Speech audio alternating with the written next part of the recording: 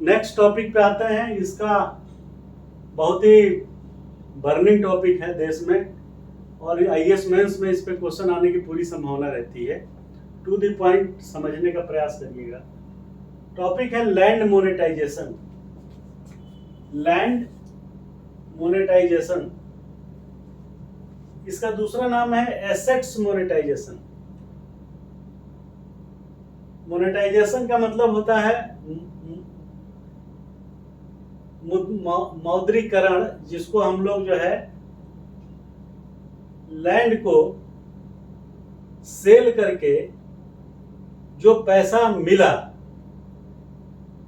उसका नाम है मोनेटाइजेशन, मौद्रीकरण। हिंदी में मौद्रीकरण शब्द यूज होता है। तो ये लैंड कौन सी, ये बैरन लैंड, अनयूटिलाइज्ड लैंड जो सरकार की पड़ी हुई है, वो भी एक एसेट्स है।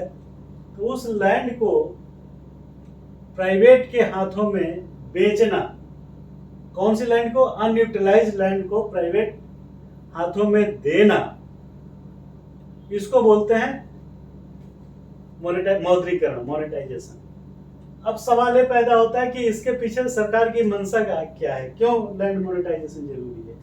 लैंड मोनेटाइजेशन इसलिए जरूरी है क्योंकि हमारे पास बैरन लैंड, अनयूटिलाइज्ड लैंड देश की आज़ादी के बाद से तमाम पड़े हुए हैं, जो इंक्रोचमेंट में चले जाते हैं बहुत सारे। तो सरकार की ये नीति बहुत अच्छी है कि हम उन अनयूटिलाइज्ड एबेंडन्ड लैंड को बेच के उससे कुछ लिक्विडिटी पैदा करें, कैश जनरेट करें, और वो दूसरे कल्याणकारी योजनाओं में उसे खर्च करें।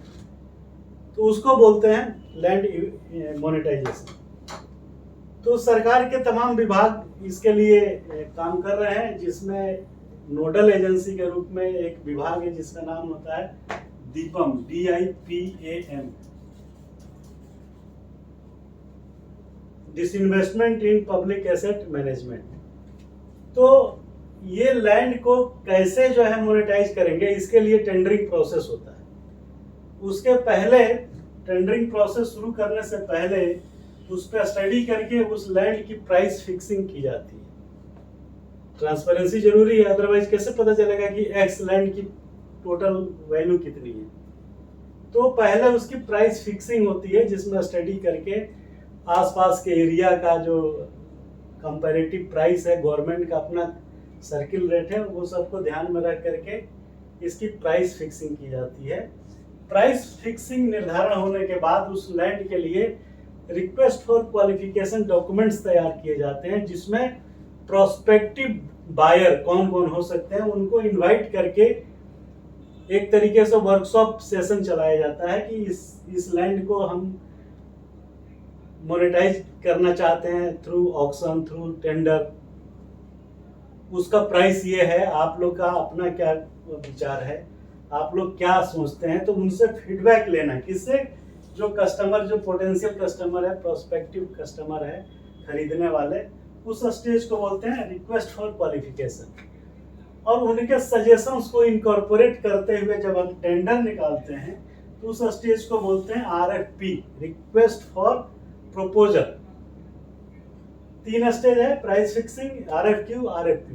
अब RFP भी 2 तरीके का कंटेंट लिए रहता है। उसमें एक तरीका है QCBS, quality cost based system, और दूसरा है लिस्ट कॉस्ट। तो क्वालिटी कॉस्ट बेस्ड सिस्टम को हम जो है यूज करते हैं। तो उस स्थिति में 2 पॉकेट सिस्टम हम टेंडर निकालते हैं। पहला होता है टेक्निकल बिड, जिसमें आपकी सारे क्रेडेंशियल्स और आपके एट्रीब्यूट्स, कैरेक्टरिस्टिक्स, क्वालिफिकेशंस, डॉक्यूमेंट्स, ये सब चीज़ें देखी जाती है। उसका रोल फाइनल सिलेक्शन में 70 to 80% रहता है। और दूसरा होता है फाइनेंशियल प्रपोजल। तो कितने हो गए, एक हो गया टेक्निकल पैकेज प्रपोजल, दूसरा हो गया फाइनेंशियल प्रपोजल। तो जब आप टेक्निकली क्वालिफाई हो जाते हैं तो उन्हीं लोगों का फिर जो है, जो क्वालिफाइड है, उसका फाइनेंशियल पॉकेट खुलता है। और उसके बाद दोनों का 70 या 30 या 80 या 20 के हिसाब से दोनों का इनकॉर्पोरेट करते हुए फाइनल अवार्ड सीट स्कोर बनता है। जो सबसे ज़्यादा जो ज़्यादा वैल्यूज अचीव करता है उसके फेवर में ये जो है टेंडर हैंड ओवर कर दिया जाता है, उसके अवार्ड कर दिया जाता है। और दूसरा जो RFP में है लिस्ट कॉस्ट, इसमें एक सिंगल पॉकेट सिस्टम काम करता है, उसमें दो पॉकेट सिस्टम नहीं है। लिस्ट कॉस्ट नाम से ही एक्सप्रेस हो रहा है कि जो हाईएस्ट सेलिंग का कंसेप्ट है तो हाईएस्ट, और खर्च का है टेंडर तो लोएस्ट। तो जो हाईएस्ट बीडर होता है उसको जो है फेवर में ये टेंडर, ये वर्क जो है अवार्ड हो जाता है। और उसका ट्रांजैक्शन के लिए अलग अलग डिलीवरेबल टाइम और डिलीवरेबल्स अमाउंट होते हैं जो उसको फुलफिल करता है, और उसके नाम से एसेट जो है, लैंड जो है, गवर्नमेंट ट्रांसफर कर देती है। तो आपने समझा लैंड मोनेटाइजेशन क्या है, कैसे होता है और उसके क्या फायदे हैं। बड़ा बर्निंग टॉपिक है, इसको ठीक से तैयार कर लीजिएगा। Thank you.